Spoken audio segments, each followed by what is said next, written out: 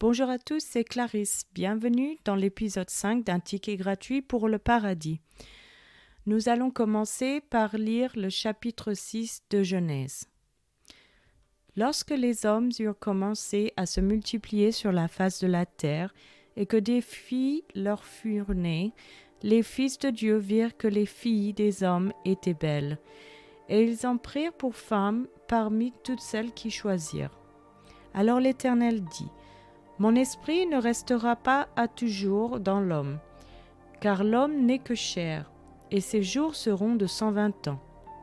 Les géants étaient sur la terre en ces temps-là, après que les fils de Dieu furent venus vers les filles des hommes, et qu'elles leur eurent donné des enfants. Ce sont ces héros qui furent fameux dans l'Antiquité. L'Éternel vit que la méchanceté des hommes était grande sur la terre, et que toutes les pensées de leur cœur se portaient chaque jour uniquement vers le mal.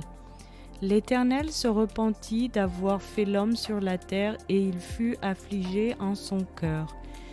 Et l'Éternel dit : J'exterminerai de la face de la terre l'homme que j'ai créé, depuis l'homme jusqu'au bétail, aux reptiles et aux oiseaux du ciel, car je me repens de les avoir faits. Mais Noé trouva grâce aux yeux de l'Éternel. Voici la prospérité de Noé. Noé était un homme juste et intègre dans son temps. Noé marchait avec Dieu. Noé engendra 3 fils, Sem, Cham et Japheth. La terre était corrompue devant Dieu. La terre était pleine de violence. Dieu regarda la terre, et voici, elle était corrompue, car toute chair avait corrompu sa voie sur la terre. Alors Dieu dit à Noé : La fin de toute chair est arrêtée par devers moi, car ils ont rempli la terre de violence. Voici, je vais les détruire avec la terre. Fais-toi une arche de bois en gopher, tu disposeras cette arche en cellules, et tu l'enduiras de poids en dedans et en dehors. Voici comment tu la feras.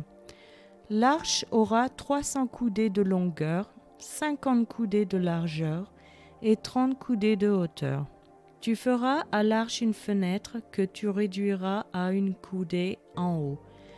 Tu établiras une porte sur le côté de l'arche, et tu construiras un étage inférieur, un second et un troisième. Et moi je vais faire venir le déluge d'eau sur la terre, pour détruire toute chair ayant souffle de vie sous le ciel. Tout ce qui est sur la terre périra. Mais j'établis mon alliance avec toi. Tu entreras dans l'arche, toi et tes fils, ta femme et les femmes de tes fils avec toi. De tout ce qui vit, de toute chair, tu feras entrer dans l'arche 2 de chaque espèce. Pour les conserver en vie avec toi, il y aura un mâle et une femelle. Des oiseaux selon leur espèce, du bétail selon son espèce, et de tous les reptiles de la terre selon leur espèce. 2 de chaque espèce viendront vers toi pour que tu leur conserves la vie. Et toi, tu prendras de tous les aliments que l'on mange et fais-en une provision auprès de toi, afin qu'ils te servent de nourriture ainsi qu'à eux. C'est ce que fit Noé. Il exécuta tout ce que Dieu lui avait ordonné.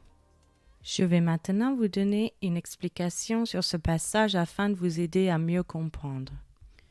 D'autres anciennes histoires d'inondation jettent-elles un doute sur la légitimité de l'arche de Noé.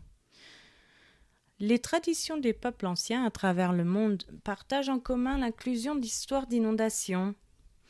En fait, les récits mésopotamiens ont suscité le plus de discussions car ils sont culturellement plus proches du matériel biblique que n'importe lequel des autres récits non bibliques.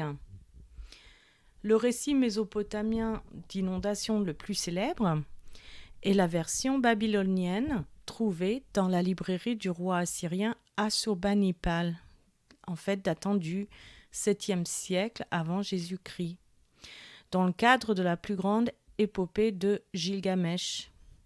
À cette époque, Gilgamesh recherche un homme appelé Uta-Napistim, l'équivalent biblique de Noé, dont l'histoire est ensuite racontée.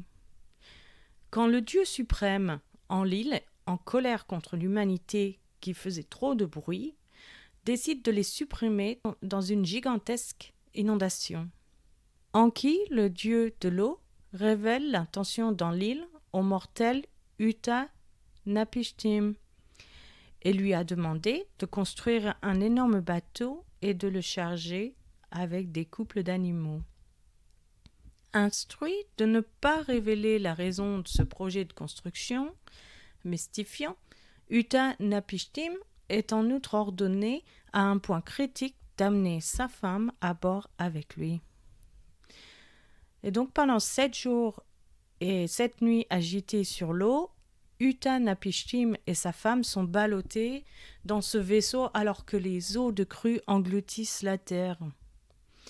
Lorsque les eaux se calment enfin, le bateau se loge au sommet d'une haute montagne.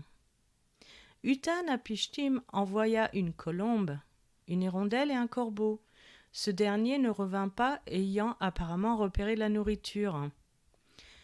Uta-Napishtim libéra ensuite tous les animaux libres et fit un sacrifice au dieu qui lui donna à lui et sa femme la vie éternelle pour avoir conservé la semence de l'homme et des animaux. Il y a aussi un récit akkadien datant de 1600 avant Jésus-Christ qui raconte basiquement le même conte, tout comme celui intégré dans l'épopée babylonienne de Gilgamesh. Sauf que le personnage Noah est nommé Atrahasis. Une version sumérienne encore plus ancienne, connue comme l'Éridu-Genèse, contient des histoires de création et de développement des premières villes, avec un récit du grand déluge. Ici, le héros est Ziusudra. Les lecteurs de la Bible vont immédiatement reconnaître les similitudes entre le récit mésopotamien et biblique. Mais il y a aussi beaucoup de différences. Selon la Bible, Dieu n'était pas seulement irrité par le péché de l'humanité, il était profondément affligé à tel point qu'il fut affligé en son cœur par l'ampleur du péché humain. Dans Genèse chapitre 6, versets 5 à 7, il est dit « L'Éternel vit que la méchanceté des hommes était grande sur la terre et que toutes les pensées de leur cœur se portaient chaque jour uniquement vers le mal. L'Éternel se repentit d'avoir fait l'homme sur la terre, et il fut affligé en son cœur. Et l'Éternel dit « J'exterminerai de la face de la terre l'homme que j'ai créé, depuis l'homme jusqu'au bétail, aux reptiles et aux oiseaux du ciel, car je me repens de les avoir faits. » Donc son plan n'a pas non plus été contrecarré par la ruse d'une autre divinité. Dieu lui-même a choisi de préserver à la fois l'humanité et la vie animale à travers Noé, à voir dans Genèse chapitre 6 des versets 13 à 22. Genèse atteste aussi une période d'inondation plus longue et même si Dieu fait une alliance avec Noé, il ne lui a pas accordé l'immortalité. En supposant une date ultérieure pour la composition biblique, quelques savants ont suggéré que les récits mésopotamiens peuvent avoir servi de prototype pour le récit dans Genèse. Mais la plupart des chercheurs croient que le récit biblique n'est pas seulement une modification des histoires mésopotamiennes, mais l'une des nombreuses versions d'une histoire commune. Les différences peuvent être attribuées à la spéciale révélation que Dieu a donnée aux auteurs bibliques, comprenant les écrivains de Genèse, chez lesquels il a fait connaître son plan de rédemption. Les autres versions fournissent une confirmation extra-biblique de l'histoire d'une grande inondation plutôt que de démontrer, comme certains l'ont suggéré, que le récit biblique est un mythe. C'est maintenant la fin de cet épisode. Je vous remercie à tous d'avoir écouté. Je vous donne rendez-vous dans le prochain épisode. Je vous souhaite une excellente journée. C'était Clarisse dans un ticket gratuit pour le paradis.